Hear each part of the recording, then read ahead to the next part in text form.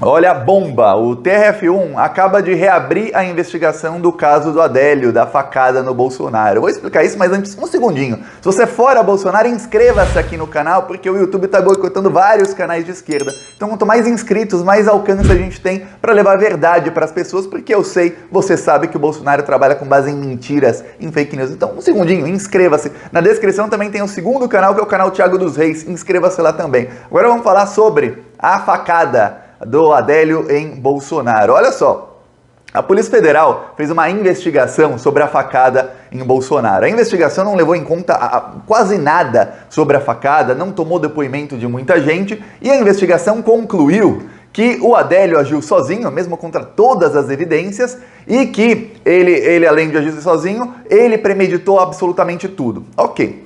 A investigação ainda poderia continuar, porque queriam saber quem estava pagando o advogado do Adélio. O Adélio é uma pessoa pobre, ele era um ajudante de pedreiro, fazia bicos às vezes como garçom, um cara muito, muito pobre, morava num local bem pobre, era um local com 4, 5 metros quadrados, um quartinho que ele morava, tinha só uma cama, uma mesinha pequena e um armário, não tinha nem banheiro, eu usava banheiro coletivo, mas tem um advogado muito bem pago, um advogado que está com o Adélio desde o primeiro dia do caso. Estranho, muito estranho. Aí, a investigação queria quebrar sigilos do advogado e saber quem estava pagando o advogado do Adélio. Só que a Ordem dos Advogados do Brasil entrou com um recurso no TRF1, na segunda instância, pedindo para que qualquer quebra de sigilo do advogado Adélio fosse cancelada. Por quê? Porque, segundo a Ordem dos Advogados do Brasil, um advogado não pode ter os seus sigilos quebrados. Isso é uma afronta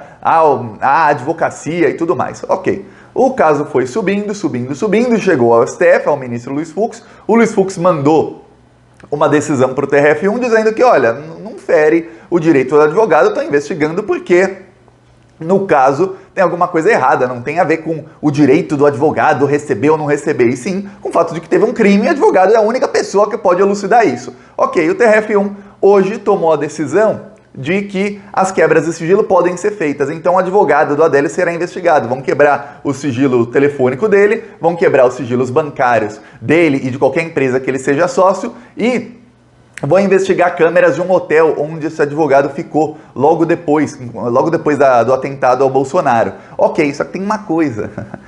Inclusive o Joaquim de Carvalho, que fez o documentário que se chama A Fakeada no Coração do Brasil, ele disse, nos sigilos do advogado não vai se encontrar absolutamente nada. Alguém acha que esse advogado é otário, que ele é tonto, que ele ia ligar para as pessoas que estão pagando do próprio celular dele e que aí ele ia receber dinheiro na conta dele, saindo da conta de fulano para a conta dele? Não, obviamente que não. Claro, podem quebrar os sigilos. Só que tem uma coisa muito estranha. Sabe quem está comemorando a volta da investigação?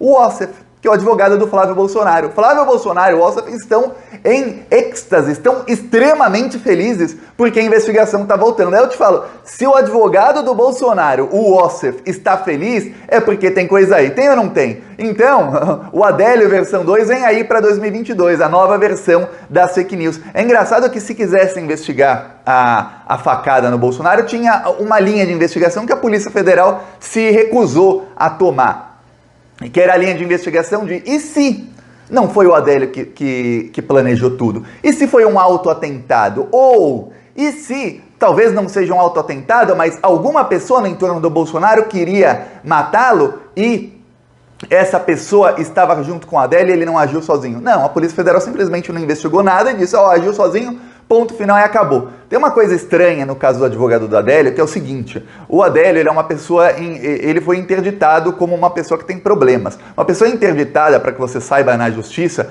ela é uma pessoa que não pode nem tomar depoimento por si mesma. É como se fosse uma pessoa que tem problema mental e que a justiça fala, essa pessoa, tudo que essa pessoa fala, nada do que essa pessoa fala vale na palavra da lei. Essa pessoa não pode nem assinar um documento por si mesma. Só quem pode assinar o documento por uma pessoa interditada é quem tem a tutela dessa pessoa, é como se fosse a pessoa, é quem manda nessa pessoa. Ok, tem até um caso famoso que é o caso da Britney Spears. Claro, é nos Estados Unidos, mas ela estava praticamente interditada, só para fazer um paralelo, e o pai dela é quem tomava todas as decisões por ela. Ela não podia nem lançar uma música nova porque ela não podia nem sequer assinar um contrato. Só para que você entenda, o Adélio tá assim. Só que quem tem a tutela do Adélio? Imagina-se. A família, os tios dele, os sobrinhos, a irmã dele? Não.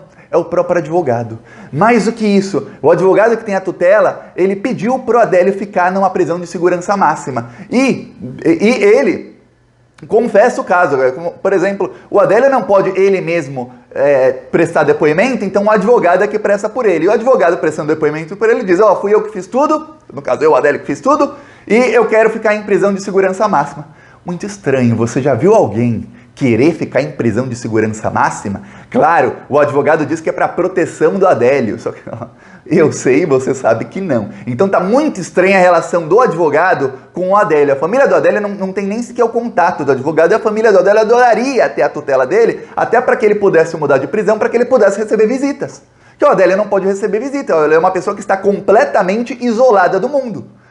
Se o Adélio recebesse visitas, por exemplo, talvez a família dele, ou visitando e conversando com ele, pudesse elucidar e saber de algumas coisas que aconteceram antes da facada, mas não pode, porque nem os familiares podem visitá-lo. Só para que você entenda onde que isso chegou. Aí agora, reabre a investigação contra o advogado com todos os indícios de que esse advogado ele tem alguma coisa junto com os reais mandantes da facada, seja ela fake ou não. E veja bem, no caso, a grande suspeita de que os mandantes da facada sejam realmente o Bolsonaro. Eu vou te dar um exemplo. Um repórter fez uma pergunta para o Bolsonaro na Itália e levou um murro no estômago. Você acha que alguém daria uma facada no Bolsonaro e não ia nem levar um murro? Pelo contrário, seguranças defenderam o Adélio ali. Foi uma coisa muito bem... Quem assistiu ao documentário, quem não assistiu, assista o documentário da TV 247, do Joaquim de Carvalho, que se chama A Fakeada no Coração do Brasil. E ali mostra que os seguranças protegeram o Adélio, que o Adélio não sofreu um arranhão depois da facada e que antes ele chegou a tentar dar facada no Bolsonaro.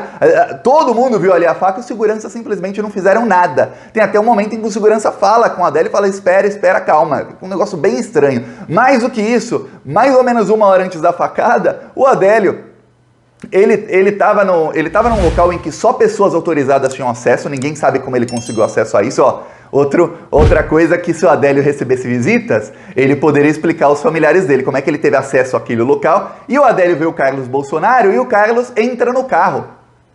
Ele tenta ir até o Carlos entra no carro. Depois o Carlos Bolsonaro estava dando uma entrevista para Leda Nagli, jornalista bolsonarista, e disse, não pode nem chamar um lixo desse jornalista, né? A bolsonarista Leda Nagli, e ele disse, olha, antes do atentado eu vi ali o Adélio, eu fiquei com medo, entrei no carro. Aí veio uma coisa muito estranha. Como é que o Carlos Bolsonaro sabia quem era o Adélio antes do atentado? Porque se você vê uma pessoa que você não conhece, você não fica com medo de entrar no carro. Estranho. Se você vê uma pessoa que você não conhece e essa pessoa está com uma atitude suspeita o suficiente para que você fique com medo e entre no carro, e veja bem, o pai do Carlos Bolsonaro estava discursando em cima do carro, no capô do carro, naquele momento. Você, no mínimo, chama um dos mais de 10 seguranças que tem ali e fala, aquele cara é suspeito, tira esse cara daqui. Ou vê quem é esse cara. Não. Ele entrou no carro e ficou lá no carro e não saiu mais até a facada. Foi isso que o Carlos fez. Muito, muito estranho. Se você vê uma pessoa suspeita, você fica com medo, tem 10 seguranças no local, você tá com medo de um atentado, você não vai lá avisar o segurança? Muito, muito estranho. A Polícia Federal poderia, por exemplo, investigar o Clube de Tiro Ponto 38, onde o Adélio e o Carlos estiveram no mesmo dia, 2 meses antes da facada. Poderia investigar se não tiver imagens de dentro do Clube Ponto 38. Vamos lembrar que a dona do Clube de Tiro ganhou um cargo de 30 mil por mês na Embratur.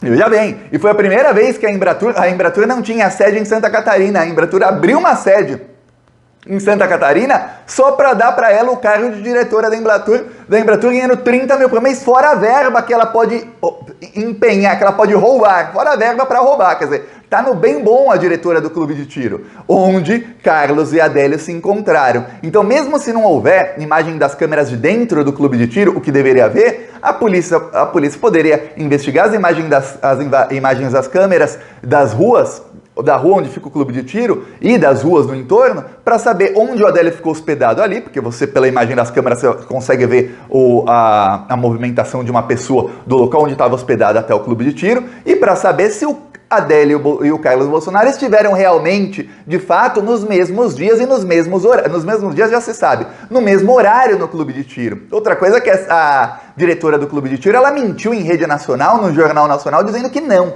que o Adélio e o Carlos jamais estiveram juntos. Porém, o registro do clube de tiro mostra que sim, que eles estiveram juntos. Veja bem, a Globo jamais desmentiu isso. Vou mostrar aqui o nosso carro de som em Serrinha, no Rio Grande do Norte.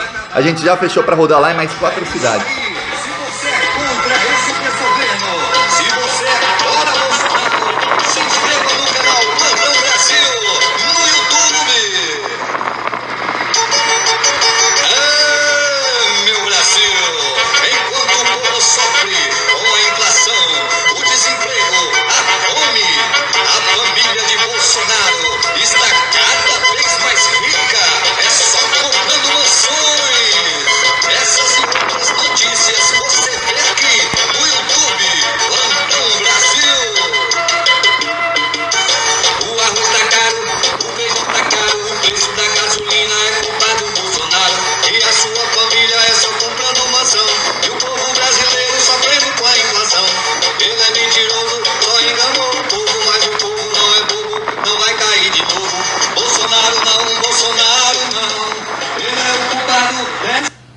Aqui um trecho lá em Serrinha, no Rio Grande do Norte. Nos próximos vídeos eu vou mostrando os carros que estão rodando essa semana. Vamos continuar indo para cima deles. Quem quiser nos apoiar, embaixo do vídeo, botão Seja Membro. No primeiro comentário deixa o Pix, PicPay, deixa as minhas outras redes sociais. Não se esquece de se inscrever. Falou!